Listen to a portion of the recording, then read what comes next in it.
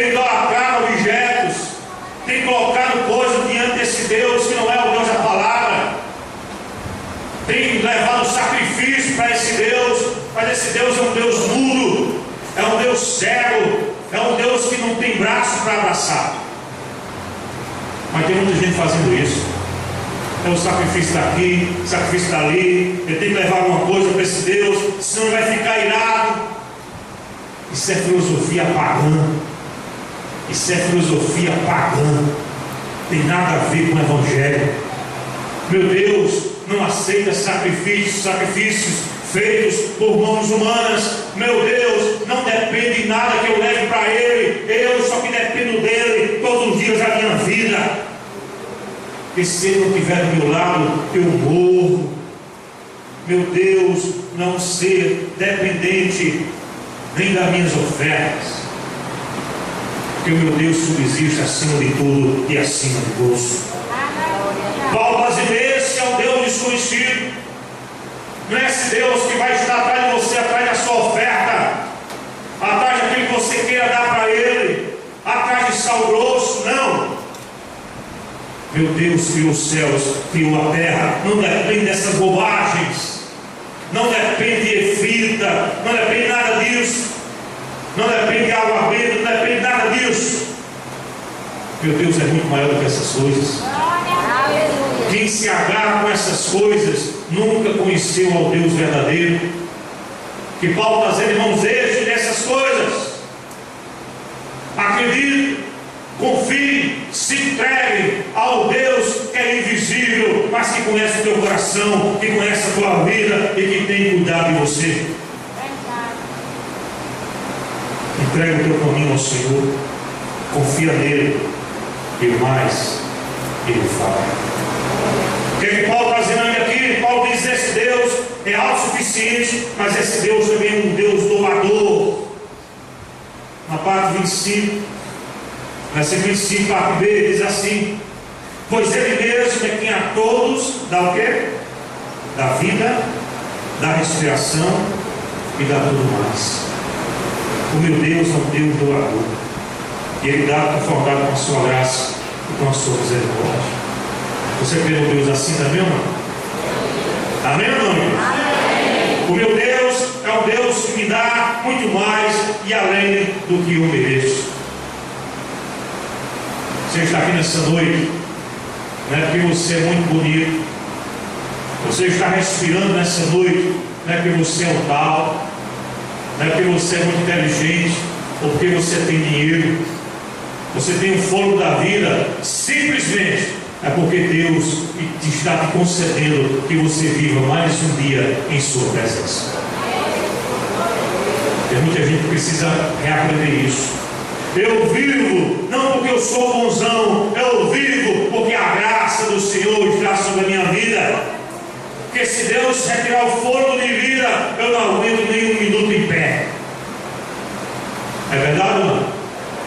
Seus diplomas não vão te segurar em pé, sua sabedoria não te segura em pé, seu dinheiro não te segura em pé. Se Deus tirar teu fôlego hoje, tchau. Por isso que Ele diz: de que adianta o homem ganhar o mundo inteiro e perder a sua alma? Não confie em você mesmo, confie nesse Deus que é doador, que te ama e que tem te sustentado até hoje para a glória do seu santo nome. O que é que Paulo prega ainda nesse texto? Tem muito mais. Paulo diz aqui, irmãos, que além de ser tudo isso, o nosso Deus é um Deus soberano, louvado seja o nome do Senhor. Verso 26, veja o que diz: de um só fez toda a raça humana para habitar sobre toda a face da terra, havendo fixado os tempos previamente estabelecidos e os limites da sua habitação. Sabe o que Paulo está dizendo aqui? Nosso Deus é um Deus que não é pego de surpresa. Nosso Deus é um Deus que determinou as coisas, e essas coisas vão ter que se cumprir, porque quem determinou é poderoso para fazer se cumprir. Se Deus determinou, não tem diabo, não tem inferno, não tem homem que mude, porque quando Deus quer, Deus faz. Operando eu, diz o Senhor. Quem impedirá? Há uma nova filosofia hoje que diz que Deus às vezes é pego de surpresa, chamada deísmo aberto, que diz que Deus na verdade não sabe das calamidades, que Deus é pego de surpresa quando há, por exemplo, um terremoto, quando há um furacão nos Estados Unidos, quando há um maremoto que mata milhares de pessoas. Deus é pego de surpresa. Não! O meu Deus nunca vai ser pego de surpresa, porque todas as coisas estão debaixo do seu poder, até as mínimas coisas. Você crê nisso? Se você crê nisso mesmo de verdade, você vai andar confiante de que a sua vida pertence ao Senhor e que nada na sua vida é por acaso. Você sabe que o que você passa é porque Deus está permitindo que você passe, para que depois você glorifique ao seu Senhor. Da vez um servo nascense chega perto do Senhor e o discípulo pergunta a Jesus: Senhor, o que aconteceu para que ele nascesse assim? Em outras palavras, os discípulos estavam com aquele conceito humano de que se alguma coisa está acontecendo de mal na minha vida, é resultado de algum karma que eu vivi no passado, ou de algum pecado que eu cometi, ou de alguma coisa que eu tive que fazer em vidas passadas, que agora eu estou pagando. Esse é o conceito espírita dos karmas. Mas é conceito espírita, não é conceito de Deus. Aí Jesus vai para os discípulos e diz: olha, nem os teve pecou, nem os seus pais. Não é maldição hereditária, não existe. Não foi os seus pais que pecaram, porque ele nasceu assim. Ele nasceu assim para que se glorifique ao nome do Senhor, porque em determinadas situações o nome do Senhor vai ser glorificado. Amém? Deus é soberano. Você crê que Deus é soberano? Se você crê realmente que Deus é soberano, então não reclame quando alguma coisa acontecer na tua vida. Apenas diga: Senhor, me ajude a entender a tua vontade nessa situação. Me ajude a te adorar, seja qual for a situação. Me ajude a dizer como Abacuque: ainda que a figueira não floresça, ainda que não haja frutos na vide, ainda que no curral não haja gado, ainda que a terra não me dê alimento, todavia eu me alegrarei no Senhor e exultarei no Deus da minha salvação. Esse Deus da palavra, mas é esse Deus. Esse Deus que tudo pode ao nosso redor estar uma calamidade, mas você tem um coração apaziguado pela paz do Senhor, porque você sabe que o seu Deus é soberano. O que é que Paulo está pregando ainda aqui? Diz: além de ser soberano, ele é um Deus pessoal. Veja o que diz o verso 27. O verso 27 vai dizer: para buscarem a Deus, se porventura tateando possam achar, bem que não está longe de cada um de nós. Meu Deus não está longe, como os deuses gregos. Meu Deus é pessoal. Meu Deus conhece o meu nome. O meu Deus conhece o teu nome. O meu Deus conhece a tua vida.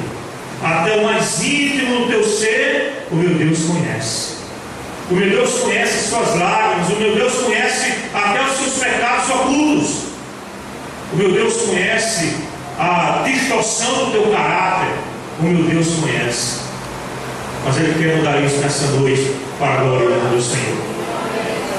Esse Deus é soberano, esse Deus é pessoal, mas esse Deus também é causa de todas as coisas, sem ser causado, como diria Tomás de Aquino. O verso número 28 diz assim: pois nele vivemos e nos movemos e existimos, como alguns de vossos poetas têm dito, porque dele também somos geração. Nosso Deus, Ele é a causa de tudo, sem ser causado. Por isso que a teologia muitas vezes não tem resposta para tudo, mas tudo que existe foi feito por Ele. Você crê nisso? Tem respostas que a gente não tem como dar. Deus é tão grande, mas tão grande. Mas como foi cantado nessa noite, mas esse Deus tão grande nos ama tanto. Louvado seja o nome do Senhor. Certa vez cantaram um grande pregador, Charles Spurgeon, um camarada muito curioso, querendo saber tudo e até um pouco mais, nem Deus quis revelar. Aí certa vez chegaram para Charles Spurgeon e disse: pastor, se Deus criou todas as coisas, se Deus existiu antes das criações de todas as coisas, o que é que Deus estava fazendo antes de criar todas as coisas? É uma boa pergunta. O que é que Deus estava fazendo, irmãos, antes de criar todas as coisas?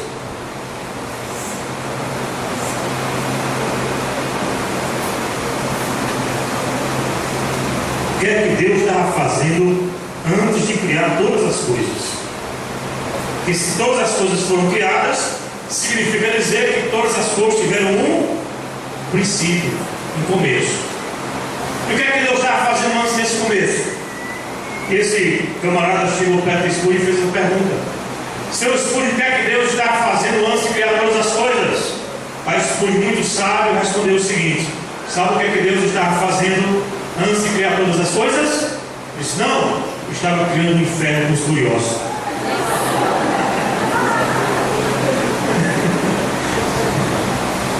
Vai ser curioso assim lá na China, né? Eu não sei o que é que Deus estava fazendo antes de criar todas as coisas, mas o que eu sei é que esse Deus existe e me ama. É só isso que eu preciso saber. Eu vou ser o nome do Senhor. Amém, igreja? Deus é pessoal, Deus é criador de todas as coisas, Deus é autoexistente, ou seja, Deus não pode ser fabricado, Deus não se quebra, Deus não é frágil. Se você serve a Deus assim, eu tenho pena de você. Mas veja, queridos, o verso 29. Preste bastante atenção, estamos encerrando. O verso 29 diz: sendo, pois, geração de Deus, não devemos pensar que a divindade é semelhante a quê? A quê, irmãos? A ouro, a prata ou a pedra, trabalhados pela arte e a imaginação dos homens. O meu Deus não pode ser fabricado, porque o meu Deus não é feito de pedra, de gesso, de madeira, de cimento. O meu Deus está acima de tudo isso. Louvado seja o seu Senhor. O seu Deus é assim também ou não? Certa vez perguntaram ao Senhor: seu jovem fulano, olha, tem uma viagem marcada, nós vamos viajar para tal lugar. Aí esse Senhor disse: eu não posso ir porque eu moro sozinho e a minha casa vai ficar sozinha, alguém pode roubar, alguém pode invadir. Aí esse Senhor disse: não. Aí o que eles estavam convidando disse: não se preocupe, porque você tem, você é só colocar aí uma imagem de um santo e tal, ele vai proteger a sua casa, nada vai acontecer de mal com você. Aquele senhor olhou assim e sabe como fazer? Vou fazer diferente. Eu vou pegar um cachorro de gesso e vou botar aqui na frente do quintal. Se alguém vier para assaltar minha casa, o cachorro vai mordê-lo. Aí aquele jovem disse: não, que conversa é essa, velho? Como é que o cachorro vai morder se ele é feito de gesso? Aí disse: pois é, da mesma forma. Como é que esse Deus vai me proteger se ele é feito de gesso? Meus amados, é fabricado, se quebra, é frágil. Mas o meu Deus, o nosso Deus, não é fabricado, não se quebra, não é frágil, Ele é todo poderoso. Esse é o Deus das Escrituras. Esse é o Deus das Escrituras. Para finalizar, o que é que Paulo prega nesse texto? Paulo vai pregar que Deus é amor, mas também vai pregar que Deus é justiça. Apesar da idolatria, Deus ordena o arrependimento, mas a Bíblia diz também que Deus vai punir o pecador que não se arrepender. Veja por fim, versos 30 e 31, o que é que diz o texto? Diz assim: ora, não levou Deus em conta os tempos da ignorância. Agora, porém, notifica aos homens que todos, em toda parte, façam Se arrependam. Sabe o que é que Deus está dizendo para você nessa noite? Que entrou aqui, ainda há tempo de se arrepender. Ainda é tempo de entregar a sua vida a Cristo. Ainda é tempo de deixar toda a religiosidade e se render aos pés daquele que é soberano e daquele que é Senhor. Isso é misericórdia. Agora não esqueça de uma coisa: nosso Deus é amor, nosso Deus é misericórdia, mas nosso Deus também é justiça. Veja que diz o verso 31: porquanto ele estabeleceu um dia em que há de... Deus vai fazer o que, irmãos? Julgar. Deus vai julgar o mundo com justiça por meio de um varão que destinou e acreditou diante de todos, ressuscitando dentre os mortos. Deus, Cristo, ainda é teu Salvador, ainda pode ser teu Salvador. Entrega a sua vida a Ele enquanto Ele é teu Salvador, que vai chegar um dia que Jesus vai deixar de ser Salvador e vai se tornar juiz. Ele vai julgar. Ele vai julgar com justiça. Ele vai julgar com dureza. E quando você tiver a oportunidade, Jesus ainda pode ser o teu Salvador e o teu Senhor. Mas um dia Ele poderá se tornar o teu juiz. E quando isso acontecer, não vai haver mais lamento, não vai haver mais chance, não vai haver mais oportunidades. Só para finalizar, eu vou contar só uma breve história. Certa vez, um camarada estava precisando de um advogado. E o advogado julgou a sua causa e foi vencedor. E eles se tornaram muito amigos. Só que ele foi viajar, foi para longe. Depois de alguns anos, ele retorna e comete uma infração, comete uma falha. E ele vai para frente do juiz, ele vai ser julgado. E quando ele chega perto do juiz, ele vê que aquele juiz, de fato, foi aquele antigo advogado que era seu amigo, que agora havia se tornado juiz. E aí ele ficou muito contente, disse: agora é moleza, agora você é absolvido, é meu amigo, ele está aqui, eu conheço ele há muito tempo. E quando foi promulgada a sentença, ele foi condenado. E ele ficou sem acreditar. Ele teve a oportunidade depois de conversar com os mais amigo. Nós nos conhecemos há tanto tempo, como é que o Senhor me condena? Mas olha, preste atenção. Naquela época, quando nós nos tornamos amigos, eu era o teu advogado, mas agora eu sou o teu juiz. E como juiz, eu não posso julgar segundo a amizade, mas eu tenho que julgar segundo a lei. Assim é Cristo. Ele ainda é e pode ser teu advogado, pode julgar a tua causa e pode te absolver. Mas vai chegar um dia que ele vai ser teu juiz, ele vai te condenar. Mesmo que você diga: mas Senhor, eu andei nos teus caminhos aqui, frequentei a igreja. Mas Senhor, eu gostava até do culto dali da igreja congregacional do Guarabira. Gostava daqueles louvores, como ele me ama tanto, eu até cantava. Mas Jesus vai dizer: agora eu sou o teu juiz. Não tem mais apelo, não tem mais nada. Eu agora vou te condenar. Vamos colocar em pé, em nome de Jesus.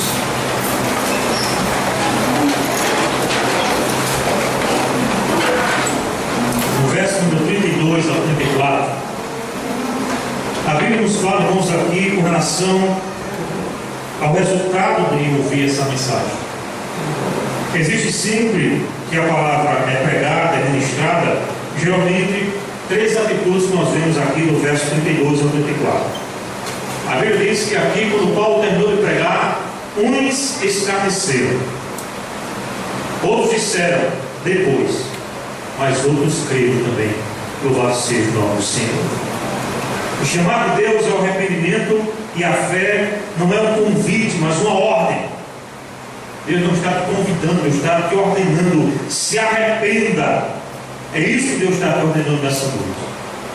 Qual dessas 3 atitudes você vai ter nessa noite? Qual dessas 3 atitudes você vai ter agora? Você vai escarnecer, dizendo: esse pastor não sabe o que está dizendo, não. Você vai dizer: não, depois, quando eu estiver mais velho, eu vou entregar a minha vida a Cristo. Tenha cuidado, esse dia pode não chegar. Ou você vai crer? espero que você creia nessa palavra, espero que você creia nessa mensagem, para sair daqui diferente, para a glória do Senhor. Eu quero só fazer essa pergunta nessa noite, não quero deixar passar